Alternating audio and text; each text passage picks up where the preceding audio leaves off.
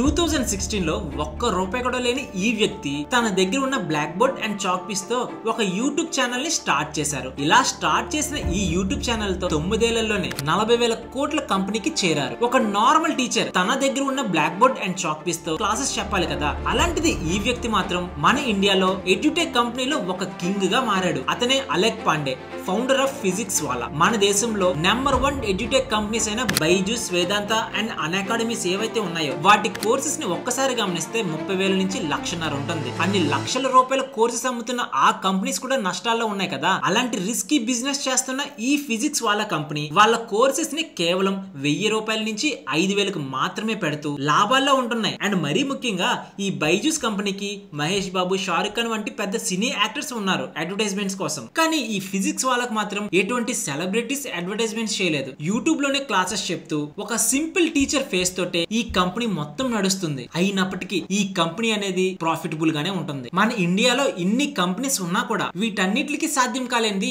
ఈ ఫిజిక్స్ వాళ్ళకి మాత్రమే ఎలా సాధ్యమైంది అనుకుంటున్నారు? అది కూడా ఎటువంటి అడ్వర్టైజ్మెంట్స్ లేకుండా. ఇతనికి ఒకనొక సమయంలో 75 కోట్ల శాలరీ ఇస్తామని ఒక కంపెనీ చెప్తే తను నో చెప్పాడు. తనకి డబ్బులు ఉన్నాయా అంటే లేవు. తనకి మనీ అంటే ఇంట్రెస్ట్ లేదా అంటే అది కూడా కాదు. మరి దానికి రీజన్ ఏంటి? ఈ ఫిజిక్స్ వాళ్ళ అండ్ అలెక్ పాండే గారి జర్నీలో జరిగిన ట్విస్ట్స్ ఏంటి, సక్సెస్ ఫ్యాక్టర్స్ ఏంటి అండ్ బిజినెస్ స్టోరీస్ ఏంటి, అండ్ మరి ముఖ్యంగా వీళ్ళు ఫేస్ చేసిన కాంట్రవర్సీస్ ఏంటి, వీటన్నిటి గురించి ఈ వీడియోలో డీటెయిల్డ్ గా మాట్లాడుకుందాం. ఇంకెందుకు ఆలస్యం, లెట్ స్టార్ట్ అవర్ వీడియో. దానికన్నా ముందు మన ఛానల్ ని సబ్స్క్రైబ్ చేసి మన వీడియోని లైక్ చేయడం మర్చిపోకండి. ప్రయాగ్రాజ్ లో పుట్టిన ఈ అలెక్ పాండే గారికి ఐఐటీలో చదవాలి అనేది కోరిక. కానీ తన ఫ్యామిలీ ఫైనాన్షియల్ కండిషన్స్ వల్ల తాను ఏదైతే ఐఐటీలో చదవాలనుకున్నారో ఆ కోరిక నెరవేరలేదు. కానీ తన స్టేట్ లో ఉన్న ఒక ఇంజనీరింగ్ కాలేజీలో జాయిన్ అయ్యారు. కేవలం 2 ఏళ్లలోనే తను చదువుతున్న సమయంలో తన ఇంట్లో ఉన్న ఫైనాన్షియల్ కండిషన్స్ వల్ల తన చదువును అయితే డిస్కంటిన్యూ చేశారు. ఇలా తన ఎడ్యుకేషన్ ని డిస్కంటిన్యూ చేసిన తర్వాత తన ఫ్యామిలీని ఏదో ఒక విధంగా నడపాలి అని తన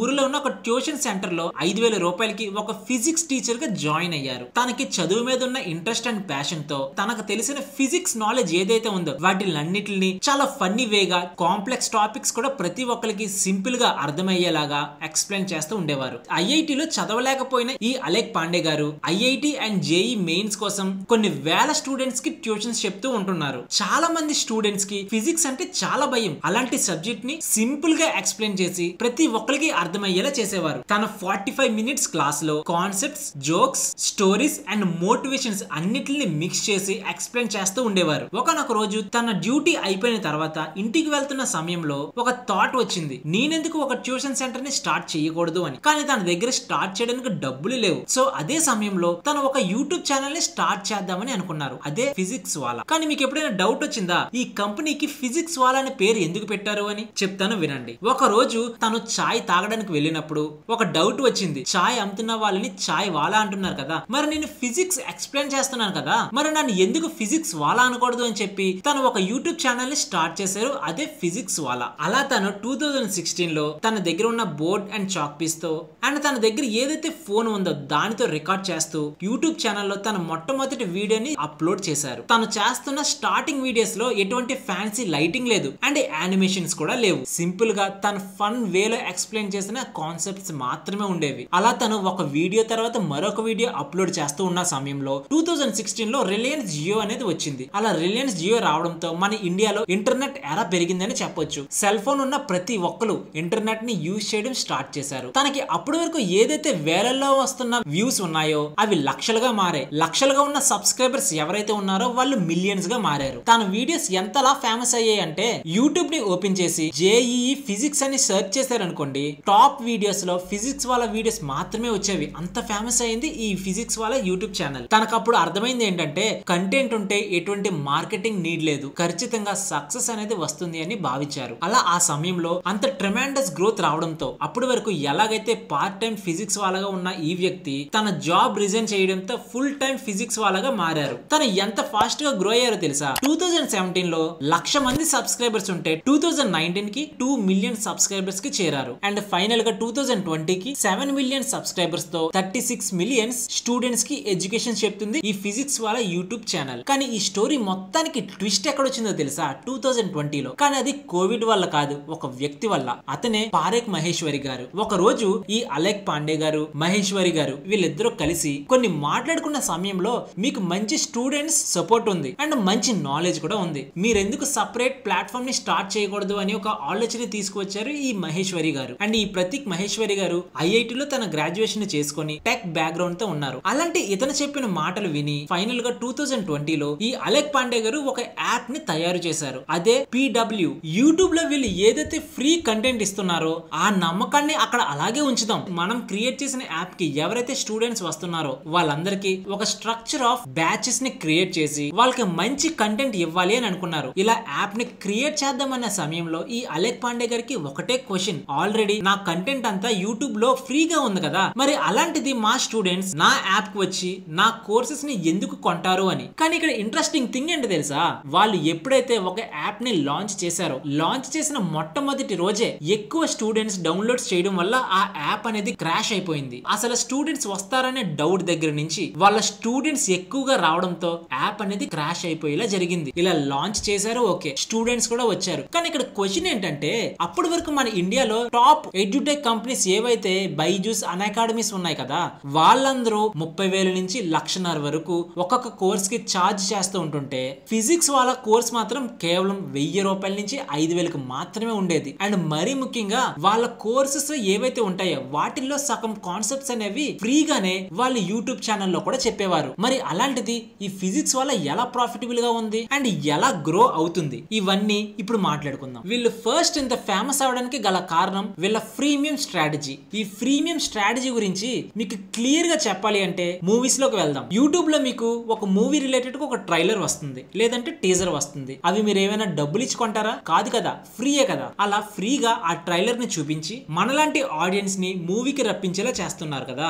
సేమ్ అలానే ఈ ఫిజిక్స్ వల్ల యాప్ కూడా కొన్ని ఇంట్రెస్టింగ్ కంటెంట్స్ ఏవైతే ఉంటాయో అవన్నీ యూట్యూబ్ లో ఫ్రీగా ప్రొవైడ్ చేసి వాళ్ళ వే ఆఫ్ ఎక్స్ప్లెనేషన్ ఇలా ఉంటుంది అని చెప్తూ, వాళ్ళ కాన్సెప్ట్స్ ఇలా క్లియర్ చేస్తాము అని చెప్తూ కొన్ని కాంటెంట్స్ ని వాళ్ళ యూట్యూబ్ ఛానల్లో అప్లోడ్ చేస్తూ ఉంటారు. అలా ఫ్రీగా కొన్ని కంటెంట్స్ ని ఇస్తూ మిగిలిన కాంటెంట్ కావాలి అంటే మా యాప్ ని డౌన్లోడ్ చేసుకొని అక్కడ జరుగుతున్న బ్యాచెస్ లో జాయిన్ అవ్వండి అని చెప్తారు. ఇలా ఒక వీడియోని ఫ్రీగా యూట్యూబ్ లో చూసిన ఒక స్టూడెంట్ కి నచ్చితే ఖచ్చితంగా ఆ యాప్ లోకి వస్తాడు కదా. అలా వచ్చిన ఆ స్టూడెంట్ కి రీజనబుల్ ప్రైస్ లో ఒక కోర్స్ ఉంటే ఏం చేస్తారు చెప్పండి? ఖచ్చితంగా జాయిన్ అవుతారు కదా. బైజూస్ లో అమ్ముతున్నట్టు 30,000, 50,000, 60,000 ఉంటే ఒక స్టూడెంట్ జాయిన్ అవ్వడానికి ఆలోచిస్తారు. కానీ 1,000, 2,000 రూపీస్ ఉంటే ఎవరు అవుతారు చెప్పండి? అది కూడా ఎడ్యుకేషన్ దగ్గర. అలా ఈ ఫ్రీమియం స్ట్రాటజీని యూజ్ చేసి వాళ్ళ యాప్ లో బ్యాచెస్ ని స్టార్ట్ చేసి కొన్ని టెస్ట్ సిరీస్ ని, డౌట్ సెషన్స్ ని స్టార్ట్ చేసి ప్రతి స్టూడెంట్ ని పర్సనల్ గా అండ్ ఎమోషనల్ గా టచ్ చేసింది ఈ ఫిజిక్స్ వాళ్ళ కంపెనీ. అండ్ ఇదనే కాదు, వీళ్ళ మార్కెటింగ్ కూడా చాలా స్ట్రాటజిక్ గా చేశారు. And one of the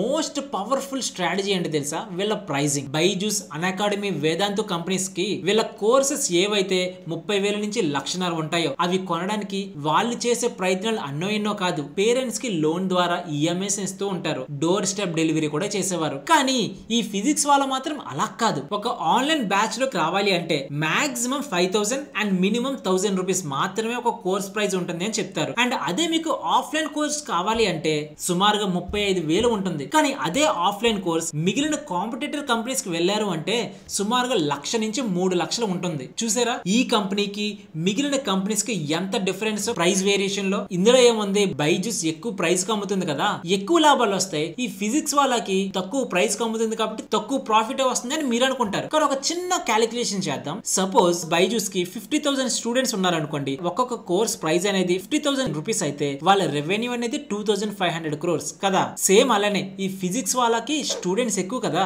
so ఈ ఫిజిక్స్ వాళ్ళ కోర్సెస్ కి 5,00,000 స్టూడెంట్స్ వచ్చారనుకోండి. ఒక్కొక్క కోర్స్ ప్రైస్ అనేది 5,000 ఉంటే వీళ్ళ రెవెన్యూ కూడా 2,500 crores. కానీ బైజూస్ కి 5,000 స్టూడెంట్స్ వచ్చారు, ఓకే. మరి ఈ ఫిజిక్స్ వాళ్ళకి 5,00,000 స్టూడెంట్స్ ఎక్కడి నుంచి వస్తారా అని మీరు అనుకోవచ్చు. వీళ్ళ ప్రైస్ అనేది చాలా తక్కువ రేట్ కాబట్టి స్టూడెంట్స్ అనే వాళ్ళు రావడానికి మంచి స్కోప్ ఉంటుంది. కానీ ఈ బైజూస్ విషయంలో మాత్రం అలా కాదు. దీనికి జరిగిన కాంట్రవర్సీస్ అన్నో ఎన్నో కాదు, అవన్నీ ఈ వీడియోలో క్లియర్ గా మాట్లాడాను. మీకు ఎవరికైనా తెలుసుకోవాలని ఉంటే ఖచ్చితంగా ఈ వీడియోని చూడండి. అండ్ వీళ్ళ ఫైనల్ స్ట్రాటజీ ఏంటి తెలుసా? వీళ్ళ మార్కెటింగ్ అనేసరికి వీళ్ళు వేల కోట్ల స్పెండ్ చేస్తారని మీరు అనుకోకండి. ఈ ఇమేజ్ ని చూడండి. బైజూస్ కి 2022లో రెవెన్యూ అనేది 5,298 crores వస్తే వాళ్ళు మార్కెటింగ్, అదే సెలబ్రిటీ యాక్టర్స్ అయిన మహేష్ బాబు అని, షారుఖ్ ఖాన్స్ ఉంటారు కదా, అండ్ ఫుట్బాల్ క్రికెటర్ అయిన మెస్సీ కూడా, వాళ్ళందరి కోసం వీళ్ళు మార్కెటింగ్ గురించి స్పెండ్ చేసిన మనీ ఎంత తెలుసా? 4,135 కోట్లు. అండ్ అదే ఫిజిక్స్ వాళ్ళ దగ్గరికి వస్తే ఫైనాన్షియల్ ఇయర్ 24 లో మాత్రం వీళ్ళ రెవెన్యూ అనేది 1940 crores ఉంటే వీళ్ళ మార్కెటింగ్ స్పెండ్ ఎంత తెలుసా 20 crores మాత్రమే. అంటే పర్సెంటేజ్ వైజ్ లో చూస్తే 2020 లో ఈ బైజూస్ వీళ్ళ రెవెన్యూలో నుంచి 78% మార్కెటింగ్ కి స్పెండ్ చేస్తే ఈ ఫిజిక్స్ వాళ్ళ కంపెనీ మాత్రం మార్కెటింగ్ కి కేవలం 1% మాత్రమే యూజ్ చేసింది. బైజూస్ మార్కెటింగ్ కి ఇన్ని వేల కోట్లు స్పెండ్ చేసింది కదా, ఈ ఫిజిక్స్ వాళ్ళ మాత్రం చాలా తక్కువగానే మార్కెటింగ్ లో స్పెండ్ చేసింది కదా. మరి మార్కెటింగ్ ఎవరికి ఎక్కువ ఉంటే వాళ్ళకే సేల్స్ ఎక్కువ అవుతాయి కదా, సేల్స్ ఎక్కువ అయితే ప్రాఫిట్ కూడా వాళ్ళకే ఎక్కువ ఉంటుంది కదా అని మీరు అనుకోవచ్చు. వాళ్ళకు వస్తున్న రెవెన్యూలో సుమారుగా 78% మార్కెటింగ్ కే వెళ్తే ఎంప్లాయీస్ అని, ఆపరేటింగ్ కాస్ట్ అని ఇలా ఒక కంపెనీకి వివిధ కాస్ట్స్ ఉంటాయి కదా, వాటిని అన్నిటిని ఎలా మేనేజ్ చేయాలి? లోన్ తీసుకోవాలి, లోన్ తీసుకుంటే దానికి ఇంట్రెస్ట్ పే చేయాలి, ఇలా చాలా ప్రాబ్లమ్స్ ఉంటాయి. కానీ ఈ ఫిజిక్స్ వాళ్ళకు మాత్రం ఎటువంటి మార్కెటింగ్ స్పెండ్ లేకపోవడంతో ప్రాఫిటబుల్ గా ఉన్నారు అని చెప్పొచ్చు. అండ్ వేల కోట్లు స్పెండ్ చేసి ఈ బైజూస్ కంపెనీ ఇలా అడ్వర్టైజ్మెంట్స్ చేస్తుంటే ఈ ఫిజిక్స్ వాళ్ళ మాత్రం కొన్ని సెమినార్స్ ని కండక్ట్ చేసి వీళ్ళ స్టూడెంట్స్ ఎవరైతే ఐఐటి జేఈ మెయిన్స్ క్రాక్ చేస్తారో వాళ్ళని తీసుకువచ్చి కొత్త స్టూడెంట్స్ ని మోటివేట్ చేస్తూ ఉండేవారు. ఈ ఎమోషనల్ మార్కెటింగ్ స్ట్రాటజీస్ తో ఏ స్టూడెంట్ కనెక్ట్ అవ్వకుండా ఉంటారు చెప్పండి? సెలబ్రిటీస్ అయితే కొంతమంది కనెక్ట్ అవుతారు, ఫుట్బాల్ ప్లేయర్ అయినా కూడా చాలా తక్కువ మంది కనెక్ట్ అవుతారు. కానీ ఈ ఫిజిక్స్ వాళ్ళ ఎలా అయితే ఎమోషనల్ గా కనెక్ట్ చేశారో అలా ఎవరైనా చేయగలరా? అక్కడే ఇతను సక్సెస్ మొదలైంది. ఎప్పుడైతే వీళ్ళ స్టూడెంట్స్ ఎవరైతే ఎగ్జామ్స్ లో మంచి స్కోర్ చేస్తూ ఉంటారో వాళ్ళందరినీ తీసుకొచ్చి వాళ్ళని స్టేజ్ మీదకి ఎక్కించి వాళ్ళని చూపించి కొత్త స్టూడెంట్స్ ని మోటివేట్ చేస్తూ ఉండడంతో ప్రతి ఒక్కరు నేను కూడా ఇతని దగ్గర కోర్స్ తీసుకుంటే పోతే ఏముంది 1000 లేదంటే 5000 అంతే కదా, కానీ కుదిరితే నేను జేఈ మెయిన్స్ క్రాక్ చేయొచ్చు కదా అని ప్రతి స్టూడెంట్ అనుకుంటారు కదా. కానీ అదే ఈ బైజూస్ కి ఏముంది, ఒక సినీ యాక్టర్ వస్తాడు బైజూస్ లో జాయిన్ అవ్వండి అని చెప్తారు, కానీ దాని తర్వాత రిజల్ట్స్ ఎక్కడ చూపించట్లేదు కదా. కానీ ఈ ఫిజిక్స్ వాళ్ళ మాత్రం రిజల్ట్ ని చూపించి స్టూడెంట్స్ ని అక్వైర్ చేసుకుంటుంది. అలా ఈ ఫిజిక్స్ వాళ్ళ కంపెనీ ప్రీమియం స్ట్రాటజీ కానివ్వండి, ప్రైజింగ్ కానీ అండ్ ఆఖరికి వీళ్ళ మార్కెటింగ్ లో కూడా మంచిగా బిజినెస్ చేయడంతో వీళ్ళు ప్రాఫిటబుల్ గా ఉన్నారు. అలా ఫైనల్ గా 2016 లో రూపాయి కూడా లేని ఈ అలెక్ పాండే గారు 2025 కి 2000 కోట్లకు పైగానే రెవెన్యూ చేస్తూ 40,000 కోట్ల బిజినెస్ ని రన్ చేస్తూ 36 లక్షల స్టూడెంట్స్ కి ఎడ్యుకేషన్ చెప్తూ ఒక సింగిల్ బెడ్రూమ్ నుంచి ఒక ప్రైవేట్ జెట్ వరకు, క్లాక్ బోర్డ్ నుంచి క్లౌడ్ సర్వర్ వరకు ఈ ఎడ్యుటెక్ కంపెనీలో కింగ్ గా మారారు ఈ అలెక్ పాండే గారు. ఇది ఫిజిక్స్ వాళ్ళ స్టోరీ. నెక్స్ట్ ఏ కంపెనీ గురించి తెలుసుకోవాలనుకుంటున్నారు? కామెంట్ సెక్షన్ లో కామెంట్ చేయండి. ఈ వీడియో నచ్చితే లైక్ చేసి మన ఛానల్ ని సబ్స్క్రైబ్ చేయడం మర్చిపోకండి.